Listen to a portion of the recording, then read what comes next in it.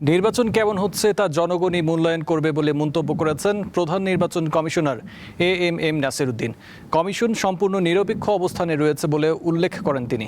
সকালে রাজধানীর ইস্কাটন গার্ডেন উচ্চ বিদ্যালয় কেন্দ্র ভোট দিয়ে সাংবাদিকদের এসব কথা বলেন সিইসি।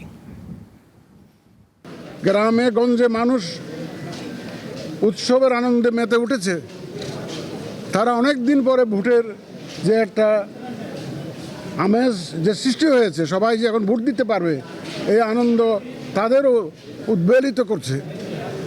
আমি মনে করি আমরা যে জাতিকে যে ওয়াদা দিয়েছিলাম একটা সুষ্ঠু সুন্দর বিশ্বাসযোগ্য নির্বাচন উপহার দেব, এবং সেই লক্ষ্যে 2024 সালের নভেম্বর মাসে দায়িত্ব নেওয়ার পর থেকে আমরা বিনিদ্র রজনী কাটিয়েছি। সব ধরনের প্রস্তুতি নিয়েছি আমরা ইনশাল্লাহ।